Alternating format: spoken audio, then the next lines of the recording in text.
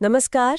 आज हम तीन बहुत ही अहम और दिलचस्प विषयों पर जो जानकारी मिली है उसकी गहराई में उतरेंगे। पहला, राजनीति के अपराधीकरण से जुड़ा एक प्रस्तावित संविधान संशोधन। दूसरा, ऑनलाइन गेमिंग पर एक नया बिल जो असली पैसे वाले खेलों पर पूरी तरह रोक लगाता है। ये मतलब बड़ा कदम है। और तीसरा, भारत की रक्षा तकनीक में एक महत्वपूर्ण पड़ाव अग्नि 5 मिसाइल का नया परीक्षण। तो हमारा मकसद है इन स्रोतों से मिली जानकारी को ठीक से खंगालना, मुख्य बातों को समझना और ये देखना कि इन डेवलपमेंट्स के मायने क्या हैं। चलिए शुरू करते हैं। सबसे पहले बात करते हैं 130वें संविधान संशोधन विधेयक की। जानकारी के अनुसार भारत की राजनीति में अपराधीकरण एक बड़ी चुनौती है। आंकड़े तो सच में चौंकाने वाले हैं। मतलब करीब 40% सांसद या विधायक, उन पर किसी न किसी तरह के आपराधिक मामले दर्ज है। तो इसी पृष्ठभूमि में सरकार ये विधेयक लाई है। इसका मूल प्रस्ताव क्या है? अगर प्रधानमंत्री, मुख्यमंत्री या उनके मंत्रिमंडल के किसी सदस्य को ऐसे अपराध के सिलसिले में लगातार 30 दिनों तक जेल में रहना पड़ता है, जिसमें 5 साल से ज्यादा की सजा हो सकती है, तो उन्हें पद छोड़ना होगा। और ये नियम प्रधानमंत्री और मुख्यमंत्रियों पर भी लागू होगा। बिल्कुल, लेकिन यहीं पर एक पेच है जिस पर काफी बहस हो रही है, जैसा कि सूत्रों में बताया भी गया है। मान लीजिए राज्य स्तर पर कोई मुख्यमंत्री अपने किसी मंत्री को 30 दिन जेल में रहने के बाद भी पद से नहीं हटाते हैं तो केंद्र सरकार दखल दे सकती है। प्रधानमंत्री राष्ट्रपति को सलाह देंगे और मुख्यमंत्री राज्यपाल को। केंद्र के हस्तक्षेप की यही संभावना वो संघीय ढांचा यानी फेडरल स्ट्रक्चर पर सवाल उठा रही है। हाँ, ये तो गंभीर बात है। राज्यों का कहना है कि ये उनके अधिकार क्षेत्र में दखल अंदाजी है। ये कुछ वैसा ही लगता है जैसे सीबीआई और ईडी के इस्तेमाल को लेकर केंद्र और राज्यों के बीच अक्सर तनाव दिखता है। सही कहा आपने। और सिर्फ संघीय ढांचा ही नहीं, ये प्राकृतिक न्याय यानी प्रिंसिपल ऑफ नेचुरल जस्टिस के सिद्धांत पर भी सवाल खड़ा करता है। इस सिद्धांत के अनुसार किसी को तब तक निर्दोष माना जाता है जब तक उसका दोष अदालत में साबित न हो जाए। यहाँ तो दोष सिद्धि से पहले ही सिर्फ 30 दिन लगातार जेल में रहने पर पद से हटाने की बात हो रही है। वो सरकार का पक्ष भी देख लेते हैं। उनका कहना है कि ये कदम तभी उठाया जाएगा जब व्यक्ति लगातार 30 दिन जेल में हो और अपराध गंभीर हो, मतलब 5 साल से ज्यादा सजा वाला। लेकिन विपक्ष और आलोचकों की चिंताएं भी काफी महत्वपूर्ण हैं। जो जानकारी हमें मिली है उसमें कई बातें हैं। एक बड़ी चिंता है वेंडेटा पॉलिटिक्स की। क्या राजनीतिक बदले की भावना से इस कानून का दुरुपयोग नहीं होगा? मौजूदा राजनीतिक माहौल में ये आशंका कितनी जायज लगती है? देखिए, ये चिंता बिल्कुल निराधार नहीं कही जा सकती। जब जांच एजेंसियां केंद्र के अधीन हों तो विपक्ष को हमेशा ये डर रहता है कि कानूनों का इस्तेमाल राजनीतिक विरोधियों को निशाना बनाने के लिए किया जा सकता है। दूसरी अहम बात यह है कि ये मौजूदा जनप्रतिनिधित्व कानून मतलब रिप्रेजेंटेशन ऑफ पीपल एक्ट की धारा 8 से अलग है।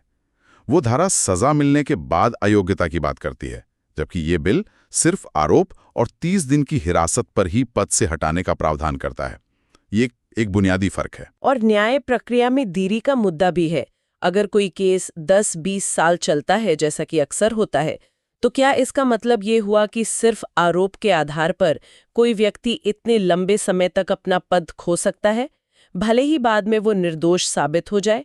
ये तो लोकतांत्रिक मूल्यों के भी खिलाफ लगता है, जहां जनता द्वारा चुने गए प्रतिनिधि को काम करने से रोका जा रहा है। बिल्कुल, ये एक जटिल सवाल है। सूत्रों में पीएमएलए यानी मनी लॉन्ड्रिंग प्रोख्ता अधिनियम के मामलों का उदाहरण भी दिया गया है। कहा गया है कि 5000 से ज्यादा मामलों में सजा सिर्फ 15-16 लोगों को हुई है, जिससे ये शक पैदा होता है कि कहीं इन कानूनों का इस्तेमाल राजनीतिक ज्यादा तो नहीं हो रहा। इस बिल के संदर्भ में भी ऐसी ही आशंकाएं जताई जा रही हैं। क्या इस बिल के पीछे हाल की कोई खास घटनाएं वजह हो सकती है? ऐसा कुछ जिक्र है? हाँ, ऐसा लगता है। जानकारी इशारा करती है कुछ हाई प्रोफाइल मामलों की तरफ। जैसे तमिलनाडु के मंत्री वी सेंथिल बालाजी का मामला, जिन्हें गिरफ्तारी और जमानत के बाद फिर से मंत्री बना दिया गया था। इस पर सुप्रीम कोर्ट ने भी टिप्पणी की थी। दूसरा उदाहरण दिल्ली के मुख्यमंत्री अरविंद केजरीवाल का है, जिन्होंने जेल से ही सरकार चलाई। इस पर भी सुप्रीम कोर्ट ने चिंता जताई थी कि पद पर रहते हुए जांच को प्रभावित किया जा सकता है। तो शायद इन घटनाओं ने भी इस बिल को लाने में भूमिका निभाई हो। दिलचस्प बात यह है कि ये विचार एकदम नया नहीं है, जैसा आपने बताया। सही कहा। विधि आयोग यानी लॉ कमीशन ने 1999 में 170वीं रिपोर्ट और फिर 2014 में 244वीं रिपोर्ट में, और चुनाव आयोग यानी इलेक्शन कमीशन ने भी 2004 में ऐसी ही सिफारिशें की थीं। बल्कि 2014 की विधि आयोग की रिपोर्ट तो इससे भी आगे बढ़कर ये कहती थी कि जिन मामलों में सज़ा 5 साल या उससे ज़्यादा हो, उनमें आरोप तय होने यानी चार्ज फ्रेमिंग पर ही अयोग्यता होनी चाहिए। तो ये बहस काफ़ी पुरानी है असल में। कॉर्नेलाटस सरकार ऐसे संवैधानिक नैतिकता, सुशासन और राजनीति को साफ करने की दिशा में एक ज़रूरी कदम बता रही है। उनका तर्क है कि इससे जनता का व्यवस्था में भरोसा बढ़ेगा। फिलहाल जैसा कि हमें पता चला है, ये बिल संयुक्त संसदीय समिति यानी जॉइंट पार्लियामेंट्री कमेटी के पास भेजा गया है। ये समिति संसद के दोनों सदनों के सदस्यों से मिलकर बनती है और किसी खास विधेयक या मुद्दे की गहराई से जांच करती है। अब देखना होगा कि समिति क्या सुझाव देती है और इस बिल का भविष्य क्या होता है। चलिए अब रुख करते हैं दूसरे विषय का, ऑनलाइन गेमिंग बिल का। लोकसभा ने एक ऐसा विधेयक पास किया है जो एक झटके में असली पैसे यानी रियल मनी वाले सभी ऑनलाइन गेम्स पर प्रतिबंध लगाता है।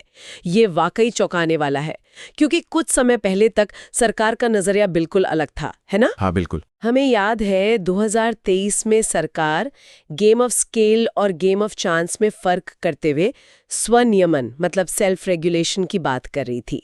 जानकारी बताती है कि उस नीति के बाद ये इंडस्ट्री तेजी से बढ़ी, लगभग 2 लाख करोड़ रुपए की हो गई, 2.5 लाख से ज्यादा लोगों को रोजगार मिला और अच्छा खासा FDI भी आया। और अब अचानक पूरी तरह बैन। ये इतना बड़ा यू टर्न क्यों?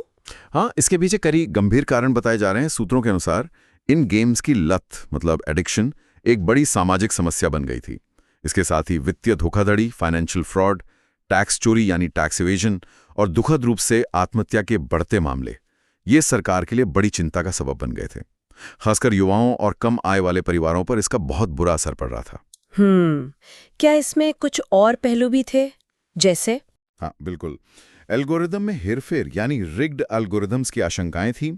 क्या ये खेल वाकई निष्पक्ष हैं? ये सवाल उठ रहा था। हाँ। मनी लॉन्ड्रिंग का खतरा भी था, क्योंकि इसमें कैश का लेन देन होता है।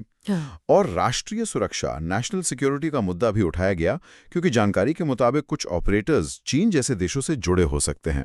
इन सब वजहों से लगता है कि सरकार ने सामाजिक नुकसान को आर्थिक फायदों से कहीं ज्यादा तवज्जो दी। तो ये नया बिल क्या क्या बदल रहा है? मुख्य बातें क्या हैं इसकी, मतलब बैन के अलावा? सबसे बड़ा बदलाव तो यही है कि असली पैसे से जुड़े सभी ऑनलाइन गेम्स बंद होंगे। फैंटेसी स्पोर्ट्स, रमी, पोकर, सब कुछ। स्किल या चांस का फर्क खत्म।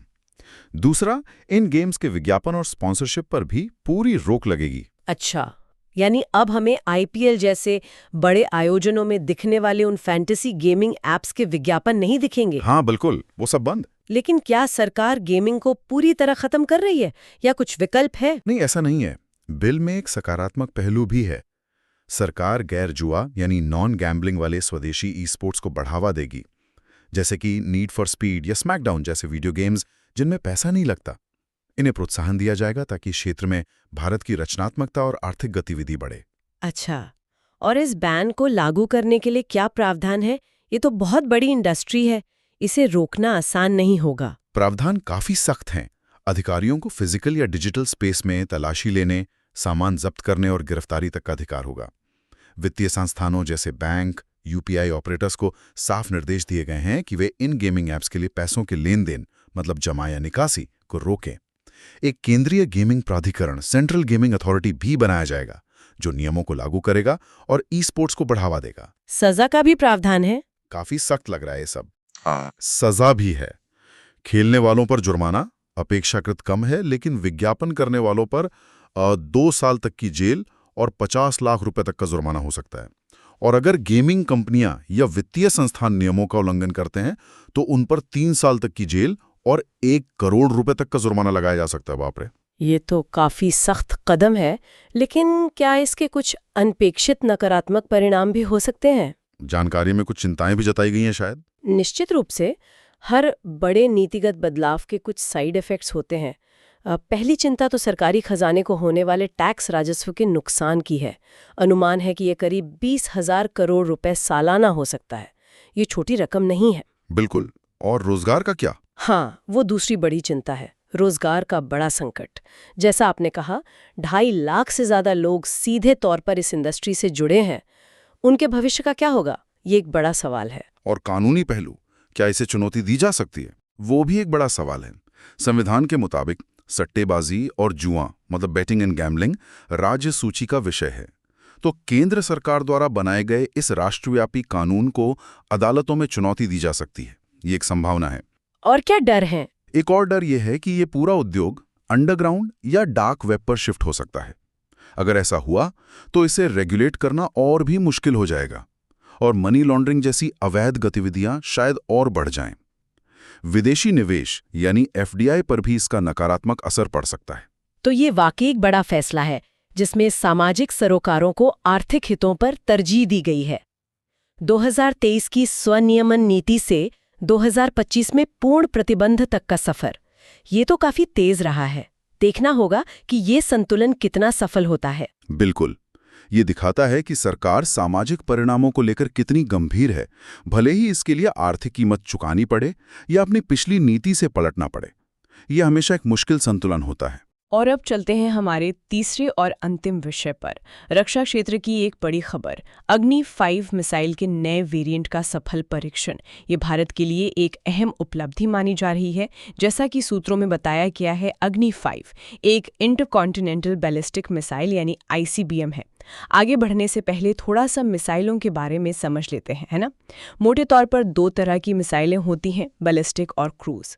बैलिस्टिक मिसाइलें लॉन्च के बाद एक धनुषाकार रास्ते पर चलती हैं, वायुमंडल से बाहर जाती हैं और फिर गुरुत्वाकर्षण के असर से लक्ष्य की तरफ गिरती हैं।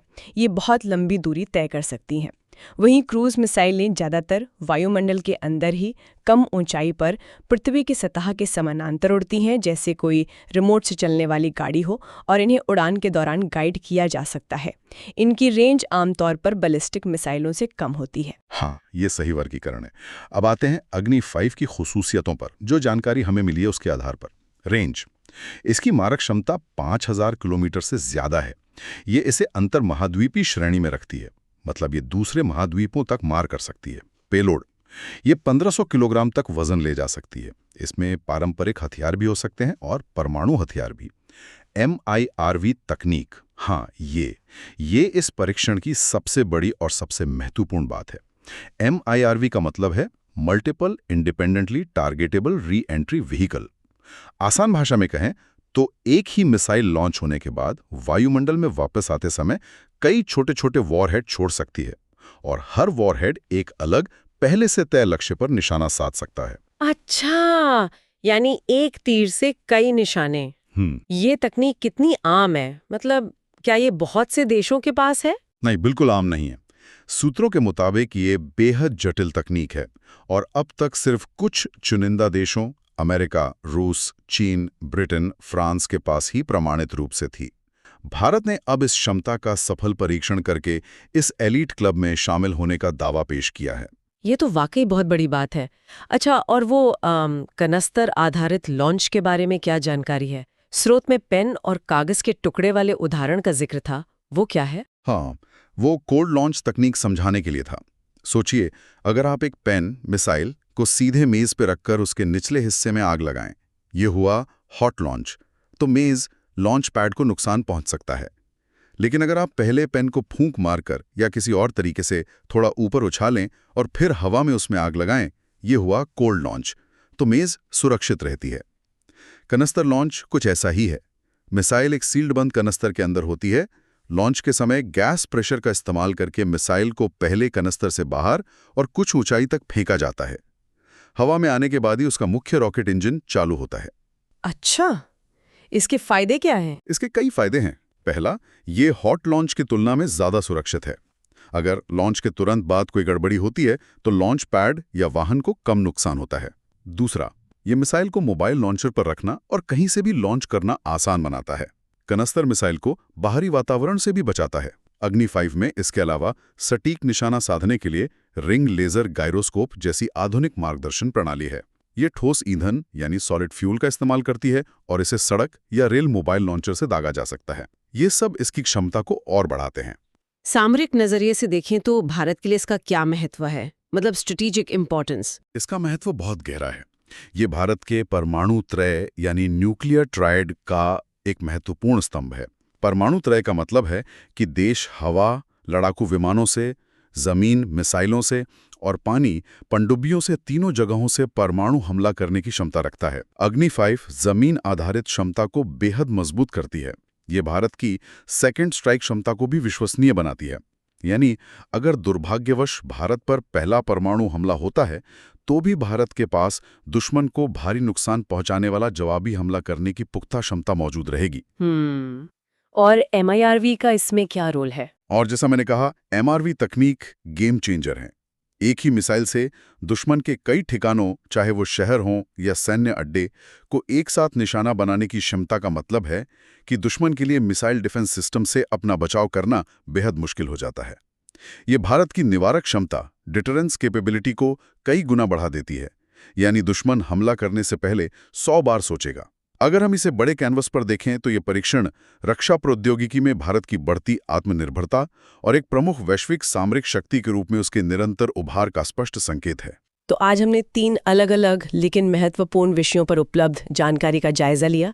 राजनीति को साफ करने के उद्देश्य से लाया गया एक संवैधानिक संशोधन बिल जो संघीय ढांचे और न्याय के सिद्धांतों पर बहस छेड़ता है, ऑनलाइन गेमिंग पर पूर्ण प्रतिबंध का एक बड़ा फैसला जिसके सामाजिक और आर्थिक परिणाम दूरगामी होंगे, और अग्नि 5 मिसाइल का MRV तकनीक के साथ सफल परीक्षण जो भारत की रक्षा क्षमताओं में एक मील का पत्थर है। थोड़ा रुककर यहां सोचने के लिए एक दिलचस्प बात उभरती है कि इन तीनों मामलों में राज्य या सरकार के हस्तक्षेप का तरीका कितना अलग है। राजनीति में कथित अपराधीकरण से निपटने के लिए संविधान संशोधन जैसा बड़ा, यद्यपि विवादास्पद कदम उठाया जा रहा है। दूसरी तरफ एक बड़े आर्थिक सेक्टर यानी ऑनलाइन गेमिंग पर सामाजिक नुकसान का हवाला देकर अचानक पूर्ण प्रतिबंध लगा दिया गया, जबकि पहले रेगुलेशन का रास्ता चुना गया था। और रक्षा क्षेत्र में हम आत्मनिर्भरता और तकनीकी श्रेष्ठता की ओर एक स्पष्ट बढ़त देख रहे हैं। क्या ये अलग अलग क्षेत्रों में शासन के अलग अलग दृष्टिकोण या प्राथमिकताओं को दर्शाते हैं? कैसे व्यक्तिगत स्वतंत्रता, आर्थिक हित, सामाजिक चिंताएं और राष्ट्रीय सुरक्षा के बीच संतुलन साधा जा रहा है? और क्या ये किसी खास पैटर्न की ओर इशारा करता है? ये कुछ ऐसे सवाल हैं जिन पर आगे भी विचार किया जा सकता है। इस गहरी और जानकारीपूर्ण चर्चा के लिए धन्यवाद।